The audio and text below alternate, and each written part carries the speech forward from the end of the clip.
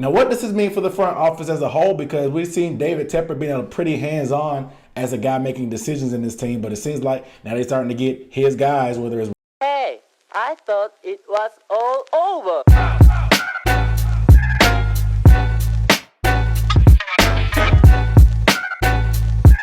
I mean, if you were a Dan Morgan fan, then you should have been a Dan Morgan fan back in 2021. How does May 8th sound? Because I got Mr. Aaron Duncan here reacting on exactly May 8th, 2021, the day that Dan Morgan was hired as assistant GM at his alma mater, the Carolina Panthers. So let's see what Carolina Panthers fans thought of him then, and then we're going to reflect on how they see him now in the last video. Let's go. What's going on, Panthers Nation? It's Aaron Duncan here, back again with another Panthers video brought to you by Unnecessary Bluntness Sports Talk. A shout out to him. They do absolutely amazing work over there. Please go subscribe to him if you have not. He is a must follow if you're a Carolina Panthers fan.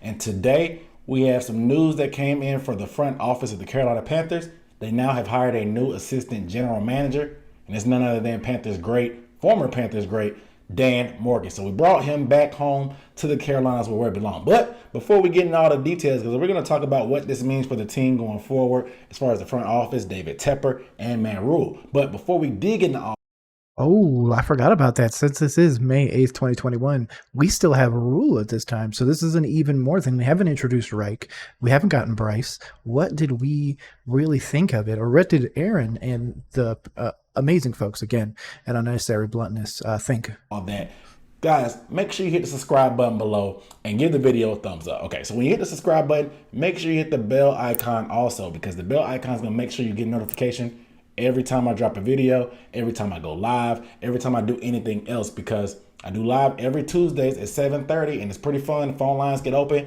We chopping it up, talking about the Panthers news and the NFL news for the week. So make sure you guys turn on those notifications. That way you don't miss that. And like I said, giving the video a thumbs up really helps it out, and the algorithm really helps me grow. It doesn't really cost you a thing, man. So I really appreciate it if you guys do that. Hey, real quick, down below in the comments, let me know how you feel about the Panthers hiring Dan Morgan, a former Panther, into the Hey, give it a second. He's got to do his intros. front We're office ready. final. Let me know how you feel in the comments. So the news came out that the Panthers were actually trying to interview a couple guys, and one of those guys was Dan Morgan. There was a few other people from the Eagles and some other teams that the Panthers were going to interview, and I was just hoping that our assistant GM search wasn't going to be as long as our head GM search when we hired Scott Fitterer. Now, a lot of people thought that Dan Morgan could have possibly been a candidate for the head GM position, but the Panthers decided to go another direction. But Dan Morgan was the head director of player personnel for the Buffalo Bills. So it's Which, if you are now on episode 3 of our 5-part Who is Dan Morgan series, you would know that, because episode 2 was about the Buffalo Bills. really just a relief to me that we finally got somebody from the Buffalo Bills versus them taking players from us. You know, typically it's a one-way street when it comes to the relationship. You know that the Bills pretty much took our GM, our defensive coordinator, a bunch of players from there, obviously, including Josh Norman, Star Latulele, Mario Addison. We even traded Kelvin Benjamin up there. You guys know how that relationship with the Bills works. I never actually put 2 and 2 together. I never really thought about it. I was just like, whatever. They're going to whatever teams. But that's true, man. That's a cluster of people going to one place. That's interesting. Seems just like they're more like not really the developmental team because they're a playoff team, but it just seems like it's the connections between the two are just odd and scary. But regardless of the fact, it feels good to get a former Panther back on staff. Now, I know David Tepper has done all he could to kind of rid the Panthers organization of anything that had to do with Jerry Richardson, whether it was the statue outside, the head coach Ron Rivera, the guy Cam Newton, the most important player in franchise history, and they're even getting rid of the J.J. Jansen, one of the only players left from the 2015 Super Bowl roster besides Shaq Thompson. That's an interesting look into it. So at that time, again, we have Rule. Cam's gone now. We're just kind of unloading all these players. We obviously haven't flipped Christian McCaffrey yet. So there's a lot still going into it. It's really interesting to see, like, if we just retain a few players, how different the Carolina Panthers are in 2023, 2024 by retaining some of those, again, great players, rather than letting them walk as a way to just try and get rid of the old stink. Obviously, hindsight is 2020. I'm recording this on February 3rd of 2024. So it takes a little bit for us to fully understand the decisions, but imagine if some of those guys were available now. Nevertheless, it feels good to get some 2000s Panther spirit in here. Now, Dan Morgan, as a player, he was a dog, man. I'm not going to lie, he was a dog. This guy was pretty much Luke Kuechly before we knew about Luke Kuechly. Now, I'm not saying he was going to be one of the greatest linebackers of all time, but a lot of his constituents, his teammates, the coaches thought that had he been able to stay healthy, he would have been a Hall of Famer similar to how Luke Kuechly is, and was really. And to be honest, man, if you went in, again, if you watched the first episode of this where we went into his college career, dude is a college football Hall of Famer, first of all, so it's not even a debate.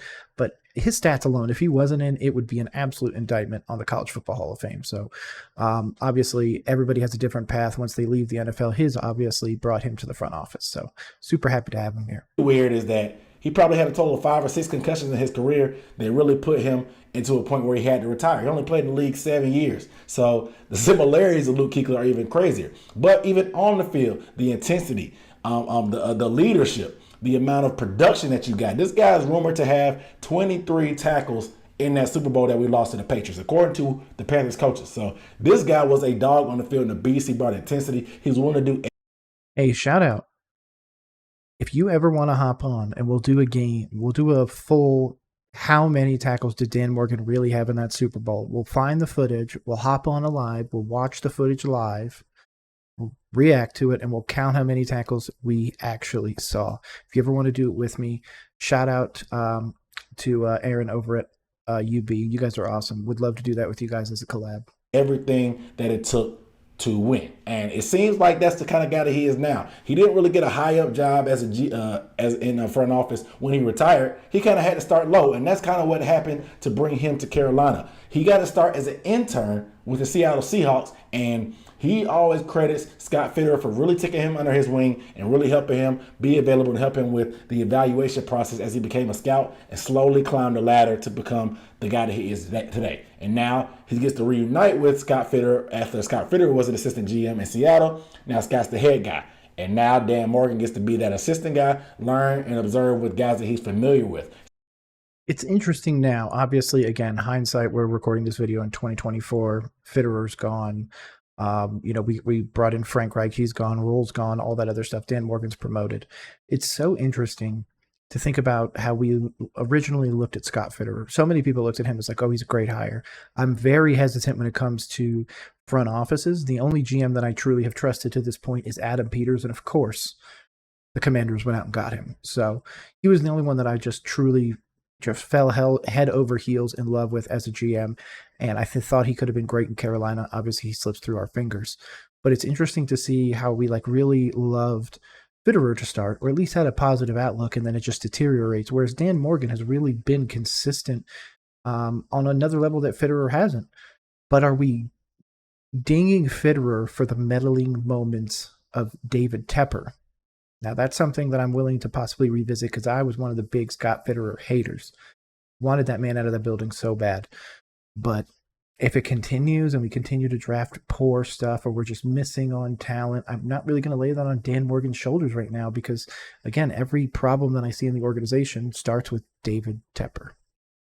So I'm feeling real confident about having finally some Panthers blood back in this front office to kind of give us the spirit of how the Panthers football and franchise has always been and how it is. Because that 2000s run that they had where they went to the Super Bowl and turned this program around was a beautiful thing. And Dan Morgan was drafted here in 2001 and ended up retiring in about 2008 or 2009.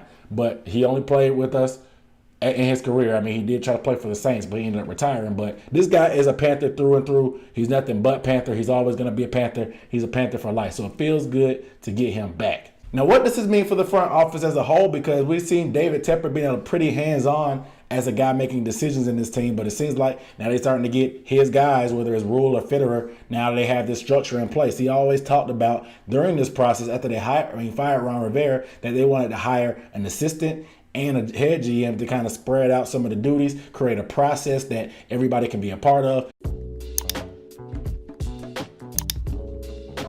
So that's interesting now. Again, we're doing this video in 2024. So when you're listening to it, at least.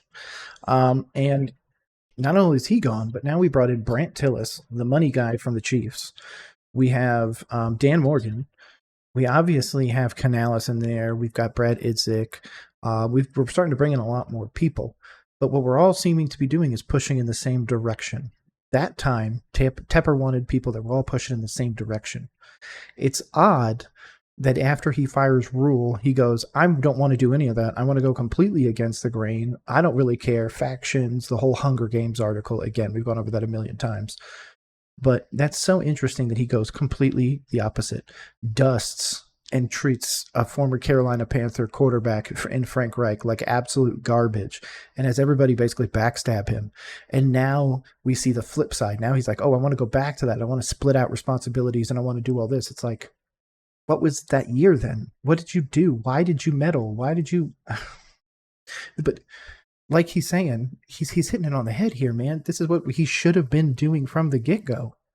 Introduce analytics into it. That way, it's almost like microwave that you could plug and play anybody into it as long as they're on the same page as far as personnel, what the team is trying to accomplish, and the process to get to that. They want it to be... Sometimes there is some gut feeling when it comes to football decisions being made, but they want to kind of eliminate that and make it sort of a linear process where you just go down the line past these steps, whether it comes to player decisions, money decisions, coaching decisions, anything like that. And hopefully now that David Tepper has all of his guys in, that they have a full staff in the general management, he can kind of step back and kind of just do what regular owners do, just chill. We don't want to see you out in front. We don't want to hear rumors about you being some aggressive guy that wants to do this, that, or whatever. We don't want you to be Jerry Jones or Dan Snyder. Fall back into the shadows and let the football people do football things. That's kind of the thing. Boy, okay. So this video is going to go up. For the teaser of this video, if you actually make it this far into the video, it should be about 10, 12 minutes in. I'm going to clip this and I'm going to post this on Twitter and be like, this is what we wanted from David Tepper in 2021, and we're still not getting it until 2024. I've been a Frank Reich apologist, essentially, for a while. And I think this is more confirmation of it, that the one time he chose to not unify and do all this other stuff was the year that we just got torn to pieces. And now you put that black mark, that demerit per se, on Frank Reich's resume when he did nothing wrong. And it was the owner lashing out at personnel decisions and all that other stuff, wanting to be in more control. I think this video right here shows me that Dan Morgan might be the guy to finally just slap the shit out of David Tepper and have him finally listen to us, finally listen to the fan base, and finally listen to so much. Dude was talking about it 2+ years ago, man. Like, and nothing changed. So the thing that needs to change moving forward is Dan Morgan. He's got to put his foot down. He's got to get those 18 to 23 tackles in the Super Bowl. But that's not going to be the Super Bowl. It's got to be every week. You've got to keep Tepper out of it. So please, Dan Morgan, please, please, please do that for us. That we want to see for him. But what does this mean for Matt Rule? Because I know Matt Rule had a pretty big say-so in a lot of players in draft that happened in these first 2 years, even with Marty Herney and this year with Scott Fitterer. But does he take a little bit less duty on that and focus more on the player development? I'm not sure, because in Seattle, which really seems like they're trying to really emulate, I know Pete Carroll had a little bit decision on the type of player they want and the type of environment and culture they're bringing. So maybe he keeps as much power, as much say-so as he has been. I mean, he tries to defer and say that he doesn't make some of these decisions, but we don't believe that one bit. Matt Rule is the one guy out of this front office and coaching staff that you shouldn't really believe most of what he's saying. Now, Scott Fitterer, he hasn't been a guy that's been out in front in the media because as assistant GM, you don't get to interview that often. You don't get that much press. But since he's been as the head guy here, he's been very forthcoming and transparent in what he's wanted to do. He's been very consistent. What he said he was going to do, he's done it. They said they wanted to get more picks and draft more players. They did that. They didn't draft good players, obviously, because, again, hindsight, we can see those players now, and, you know, they're just not good. Just didn't draft the right people. It happens. He's been sticking to his word. He said he wanted to address all his needs in free agency and then get the best players available in draft. They stuck to their word. So you can believe what this guy says, and you can believe what Dan Morgan says, because he's coming from a guy working under Brandon Beane who excelled with us, but he's coming back now to work under a guy that he's used to. So I expect the cohesion to be seamless. I don't see anything to rock the boat. I'm just worried about why did they wait until after the draft. Now, let me think about this from I guess a 90,000 feet perspective. I guess then I got my balloon. We're 90,000 feet up. I'm listening. We're zoned in. Morgan, just listening to him, he's been on the road. You know, he does scouting. He's head of scouting. He travels during football season. He went and saw a bunch of players on the road and stuff. So maybe he had put in so much work year round as that scout and director of play personnel. He felt like he owed it to Brandon Beane, Scott McDermott, and the Buffalo Bills to at least go through the draft process before that. Now, what was the Panthers doing? Were they trying to put I think it could also be that you're basically taking information from Buffalo before the draft that could hurt Buffalo. So it's better to just hold you there until that time has passed, and then you can move on. You could tell them their secrets after the draft is over. It doesn't matter anymore. So I think that is more of just the mental part, at least to me. If I'm wrong, make sure to drop it down in the comments. But put out feelers before then, or did they want to just wait too because they didn't want another outside force who may or may not be on the same page with them to be a part of the draft? I don't know. But assistant GM is a pretty big hire to wait till now, and the timing is just weird. I've never seen a team do this. Granted, the Panthers have done a lot of things that I've never seen do. I've never seen a team hell yeah, right there. Hell yeah. Hire a new coach and then fire the GM when you knew you were going to fire the GM the whole time. Typically, you want to get the GM first so it can. And then you retain the special teams coach, hire a new coach, have that special teams coach and a bunch of other coaches backstab that head coach, but then try to retain that special teams coach longer. You get that. You get what I'm saying here. Help you with the coaching search, but you had it backwards. You had the coaches helping with the GM search. So it was really weird. You know what I'm saying? Very, very weird. Nevertheless, expect the unexpected when it comes to these Carolina Panthers because they're just doing exactly. Owner just basically does whatever the hell he wants. Doing things different now. David Tepper is just doing things the non-traditional way. Matt Rule's doing the things the non-traditional way. So that's why, as of right now, we have the worst record since David Tepper became owner.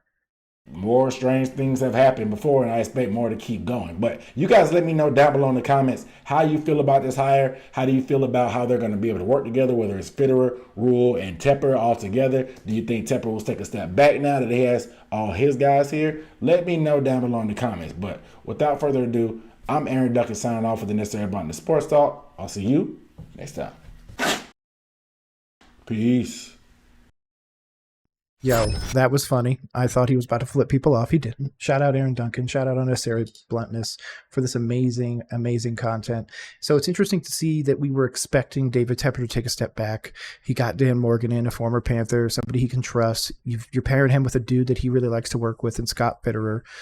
And obviously, that doesn't really translate into anything. You fire Rule, you create this whole chaos, and now we're in 2020, going into 2024. Well, we're in 2024 now, and we're going into the next season with so much uncertainty. Dave Canales as the coach, Brad Itzik as the OC, most likely Evero as the DC.